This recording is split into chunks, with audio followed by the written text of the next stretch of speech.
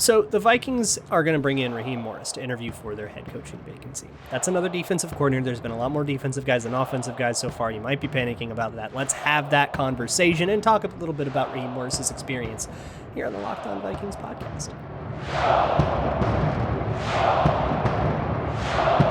Ooh-wee!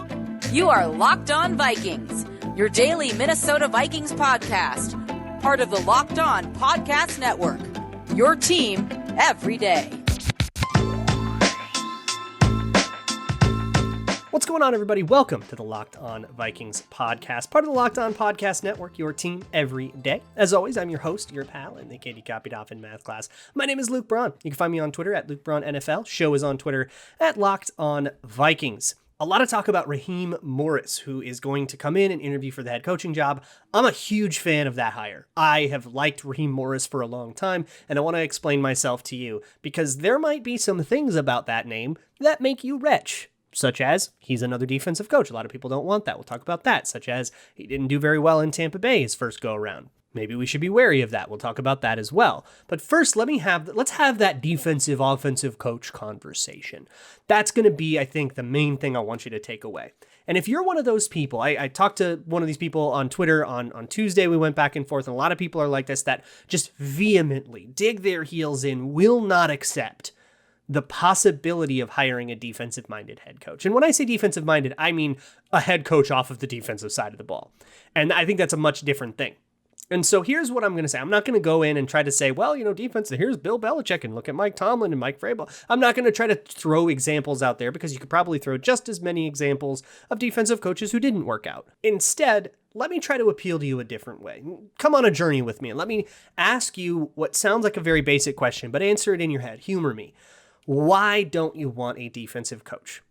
There's a lot of possible answers to this. It could just be, well, we just had one and that didn't work, so let's do the opposite. I think that's perhaps a bit naive, right? Because every person is very different. If you think every single defensive coach will coach the sport exactly the same, I implore you to look a little closer at these guys. Maybe your take is that you don't want a coach that will be very conservative. Maybe you have this idea of, a defensive coach is somebody like Mike Vrabel, who is very conservative, will punt on 4th and 1 a lot, really attached to the run game and all that stuff.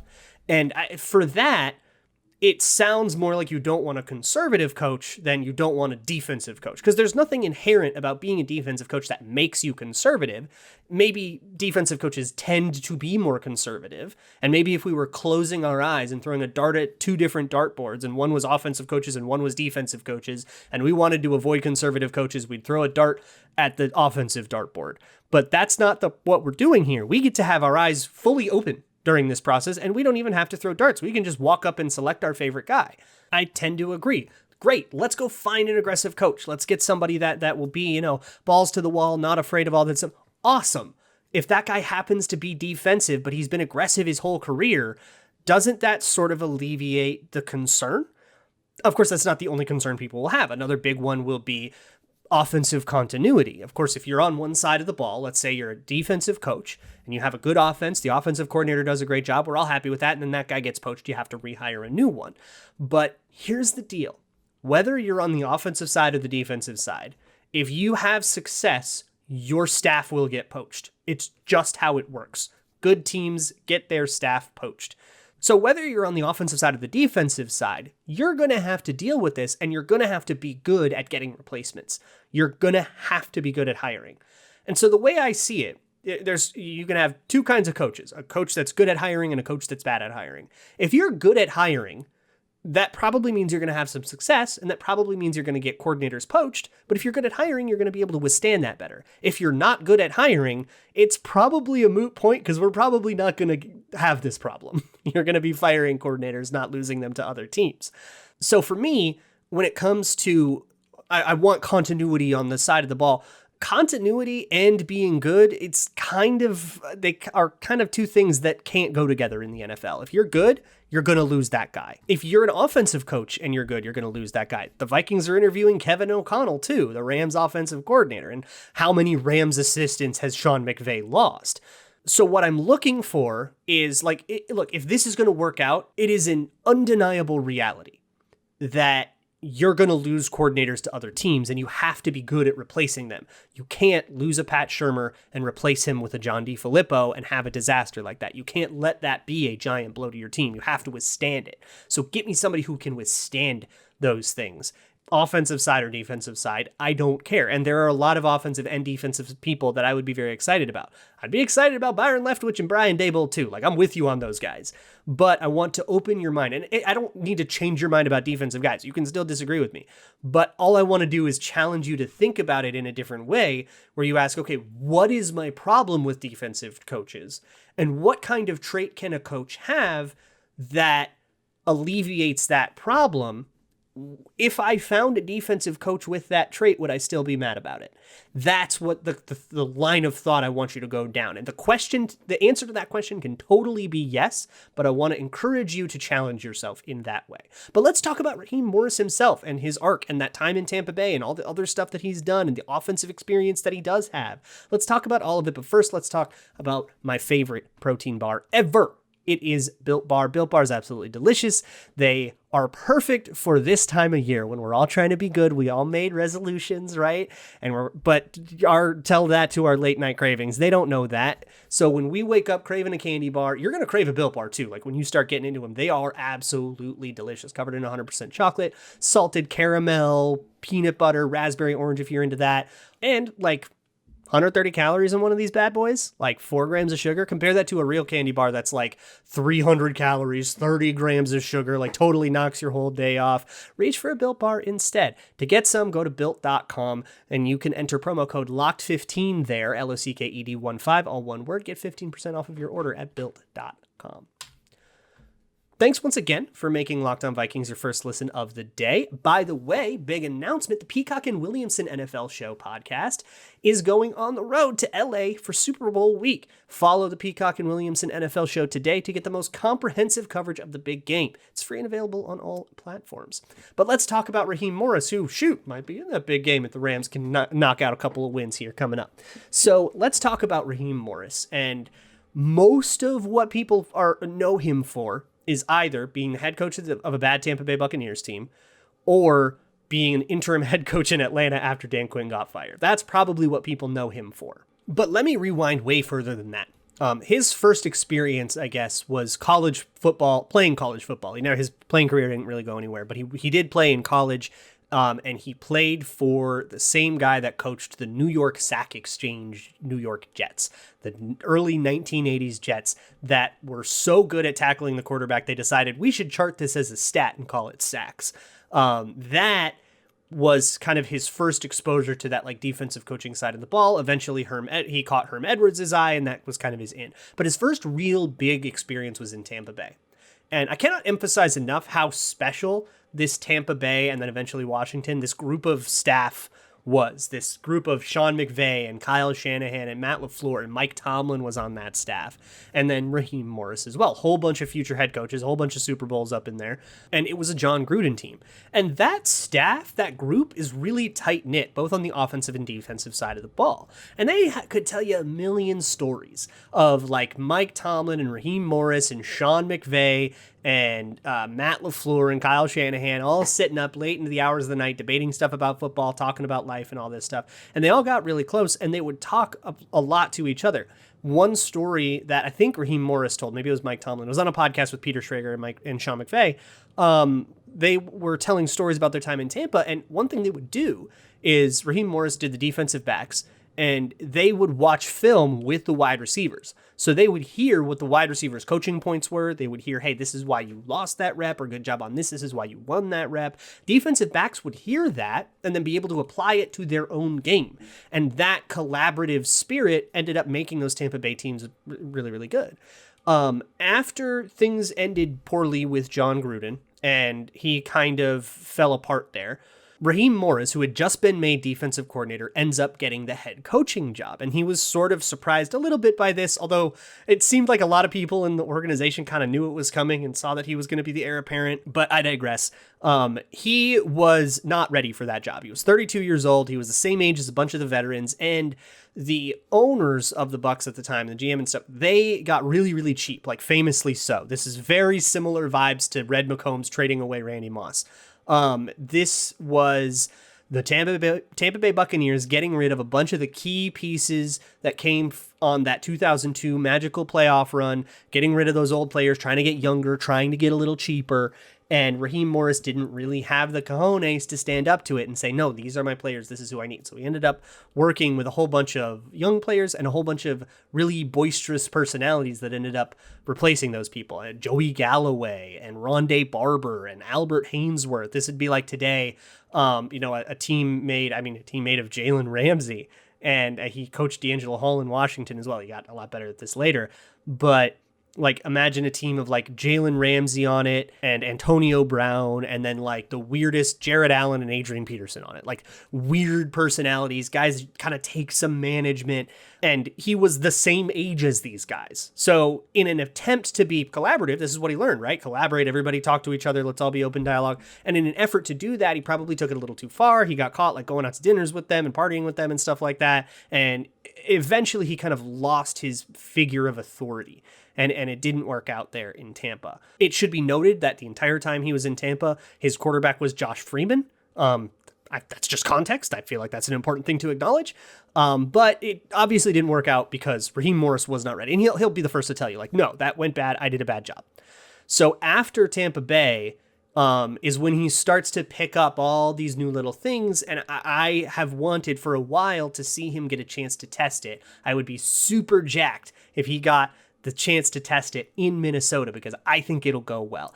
I'll explain that all in a sec. But first, let me talk to you a little bit about the art of the Gramble. It is the playoffs. We're neutral fans for like most of these games. I guess you're probably rooting against the Packers, but for like AFC teams or whatever, you're probably a neutral fan. And if you want to give yourself a stake in those playoff games, head on over to betonline.ag and see if you can't lay a wager on their brand new redesigned website. You can bet live in the middle of the game. So if you missed kickoff, no worries. Just go lay the same bet as a live bet as a side. You can also bet on like player props. You can build your own props. You can bet on golf, tennis, MMA, even your favorite Vegas casino games, basketball, hockey, anything you can dream up. So head on over to betonline.ag, use promo code LOCKEDON, LOCKEDON, to get a 50% welcome bonus. That means whatever your first deposit is, BetOnline matches half of it and plops a whole bunch of extra money into your account. It's promo code LOCKEDON at betonline.ag, where the game starts. It's like human nature after you fail to go through everything you did wrong and I think try to improve from it or beat yourself up over it, depending on, how healthy your relationship to it is. But it's like this natural thing of what lessons do I need to learn? Raheem Morris learned those lessons from Mike Shanahan, who took him under his wing after Raheem Morris was fired in Tampa Bay. Raheem Morris deserved to be fired from that job because he wasn't ready and there was a whole bunch of stuff he had not learned yet. He was just too young to do the job yet, and he did not have enough experience being like a leader of men and a manager. Mike Shanahan had a very similar experience to Raheem Morris when he had his first head coaching job, which was with the Raiders, and it did not work out at all, and his Denver gig, which is what he was in the kind of waning years of at the time, was the deal.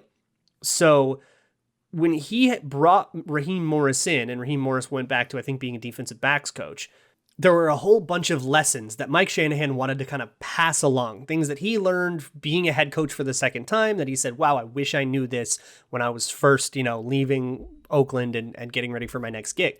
Among those lessons were like, you have to learn how to hire, which we just talked about how important that is, right?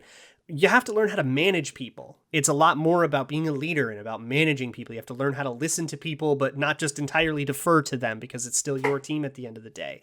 And learning how to strike that delicate balance. One of the things that Mike Shanahan taught Raheem Morris, I think the way he put the quote was, look, if you and I have the same opinion, one of us is not necessary. One of us doesn't need to be here. The idea that like a yes man is a detriment to you. Is a lesson that Raheem Morris learned. And he took all this under in Mike Shanahan in Denver and then eventually followed him over to Washington after Mike Shanahan went there. He was in rooms also learning offense more. I mean, he already had all these kind of late night conversations with like these ultimately brilliant offensive minds like McVay and Shanahan and LaFleur, just kind of talking about ball and stuff. But he also was in the rooms when they were trying to figure out what to do with RG3. He would be in those rooms brainstorming along with them. And you compare this to Mike Zimmer, who didn't want anything to do with the offense. He wanted the offense to look the way he wanted it, but he didn't want to put any of the work into it. And of course, that's this huge failure. And then you look at Raheem Morris, who not only was he very interested in the offensive side of the ball, very exposed to the offensive side of the ball and familiar with it, but eventually he just worked there. Because by the time he was in Atlanta, where he worked under Kyle Shanahan, at one point they needed a wide receiver coach. He was the defensive backs coach and the passing defense coordinator. So he was like calling the coverages, or at least designing them. And they needed a wide receiver coach. And Raheem Morris was in that room trying to help them hire and figure out who a good person was and who they were looking for. And eventually the idea came up. The sources of this is disputed, by the way. Some people say it was Raheem Morris saying, like, what about me? Some people say Kyle Shanahan came up with the idea. But either way, the idea came up that Raheem Morris should be the guy, and he ended up taking the job. Now, he didn't know a lick about wide receiver play, so he actually had to go call the, it was Terry Rubisky was the wide receiver coach that left. He took an OC job in Tennessee, and he was calling that guy and picking his brain about all these things so he could be a better coach. But he also would like apply his defensive knowledge, and he would do scouting reports on opposing defensive backs and give those to the wide receivers and kind of find a way to use his defensive perspective to give guys like Julio Jones and Mo Sanu and eventually Calvin Ridley an edge. And he was in that job for a lot of years. And again, compare that to Mike Zimmer, who would do like almost the opposite, where his idea of trying to hone an offense was to make things as challenging as possible for them. In practice, he would dial up all these crazy, really challenging blitzes, I guess in the hope that, hey, if you can practice against these blitzes, the actual team and their blitzes will seem a lot easier. But I think it just made it so that they couldn't practice, and it also made them look really bad, and then Zimmer would get frustrated and all that. There was all this other like communicative, like total meltdown stuff that we're not talking about today. But Raheem Morris seems like he's more about, I want to help you get better, not challenge you not to screw up. And that seems like this really, really key difference in one defensive coach to the other, right? Especially when it comes to, like, we have now seen evidence of this defensive coach successfully working on the offensive side of the ball. Now, what I will say, I don't think he was a great passing game coordinator, which is what he also did. He coached the wide receivers, and he also was a passing game coordinator. I didn't love those passing games. They were uber talented, and I think they underachieved in Atlanta. So as passing game coordinator, I don't know if that's quite a great mark on his resume. I wouldn't hire him to be my OC, but I don't think anybody's thinking about that, right? It's more, here is a defensive-minded guy, or a guy that grew up on the defensive side of the ball, who will have to work with offensive coaches. Here's 10 million examples of him successfully doing that, and we didn't really have that with Mike Zimmer, and of course that turned out to be this really big problem. I think that's really important to look out for. Of course, Dan Quinn would get fired there. Raheem Morris took over, went 4-7 as interim head coach. Didn't get the job. He got passed over for the job, which is, of course, not a great sign. But it seems like Atlanta really wanted to go another way. They fired their GM and coach, much like the Vikings did. It would kind of like be like saying, the Vikings didn't want to hire Andre Patterson and using that as a knock on him. It's like they clearly just want to clear everything out and start anew. So he goes to LA, where he works with Sean McVay, and that's where he is now defensive coordinating in the playoffs. That is the Raheem Morris story. And I think, like, going back to the beginning of the show, what are the things that I asked for, right? A guy that knows how to hire. Well, he's been in hiring processes a lot, including in rooms where they were deciding who to hire on the offensive side of the ball. Even though he was a defensive guy, he was in those rooms and, gaining that experience.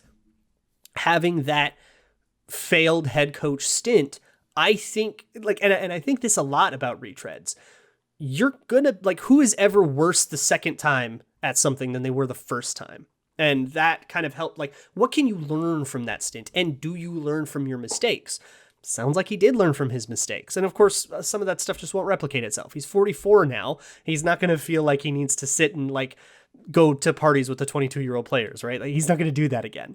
So if you look at the reasons why his old stint failed, if you look at the reasons why you don't want a defensive coach, none of this stuff really applies to Raheem Morris. I think he might just be good at the thing. And I've thought this for a long time. This is not just me being a homer about the guy the Vikings just called. I have thought this about Raheem Morris for a long time. I would be super jazzed at Raheem Morris being the next head coach of the Minnesota Vikings because he has diverse experience. He has a great perspective. I think he's got a really interesting schematic mind. He definitely, according to other people who have worked with him, he's not afraid to kind of think outside the box and take a little bit of a risk schematically.